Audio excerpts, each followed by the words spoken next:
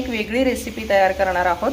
दोडक्यापासून आपण धपाटा तयार करणार आहोत। मोस्टली दोडका खूप लोक खात नाहीत किंवा मुलं तर अजिबातच खात नाहीत, त्याच्यामुळे आपण दोडक्यापासून धपाटा तयार करूयात। हा तुम्ही मुलांना टिफिनला पण देऊ शकता किंवा जेवणात पण यूज करू शकता। चला तर मग रेसिपीला सुरुवात करूया। इथे मी 1.5 वाटी ज्वारीचं पीठ घेतलेलं आहे, त्याच्यामध्ये अर्धी वाटी बेसन पीठ आणि अर्धी वाटी तांदळाचं पीठ घेणार आहे। त्याचप्रमाणे इथे मी आता 1 वाटी साधारण दोडक्याचा कीस घेतलेला आहे आणि कोथिंबीर भरपूर आहे। तर हा दोडक्याचा कीस करून त्याच्यामध्ये आपल्याला म्हणजे किसून घेतलेला आहे तो दोडका आणि तो त्याच्यामध्ये घालायचा आहे आपल्याला।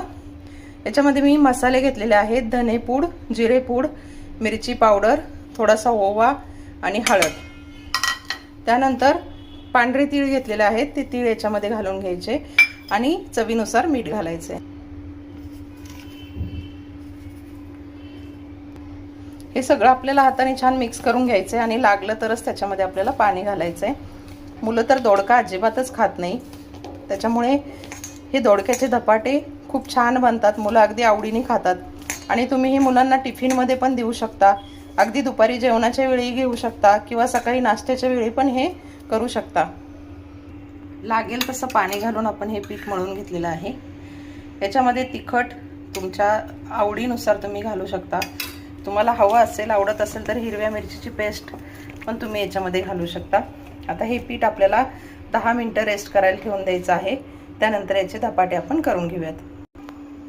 पीठ आपलं छान मुरलेलं आहे। आता त्या पिठाचा एक गोळा घ्यायचा आहे आपल्याला। इथे मी बटर पेपर घेतलेला आहे, बटर पेपरला आपण थोडंसं तेल लावून घेऊया। पाण्याचा हात घेऊन आपल्याला छान असे याचे धपाटे थापून घ्यायचे आहेत।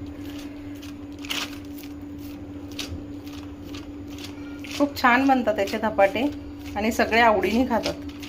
ज्यांना दोडका आवडत नाही ती लोक सुद्धा आवडीने, आणि कळत पण नाही कुणाला की याच्यामध्ये आपण दोडका घातलेला आहे। ते बघा अशा प्रकारे छान थापून घ्यायचे। इथे मी तवा तापत ठेवलेला आहे, त्याच्यावरती आता आपण थोडंसं तेल घालून घेऊयात। थोडंसं तेलाने आपण सगळीकडे असं फिरवून घेऊयात आणि मग त्याच्यावरती हा जो थापलेला धपाटा आहे तो घालून घेऊ।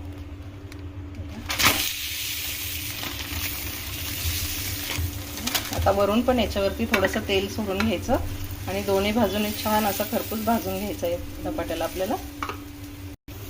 बघा दोन्ही बाजूने आपण छान खरपूस भाजून घेतलेला आहे। तांदळाच्या पिठामुळे तो थोडासा खुसखुशीत होतो असा। बघा मैत्रिणींनो, तयार आहे आपला दोडक्याचा धपाटा। मस्त दह्यासोबत सर्व करायचा। नक्की करून बघा आणि माझ्या चॅनलला लाईक आणि सबस्क्राईब करायला विसरू नका।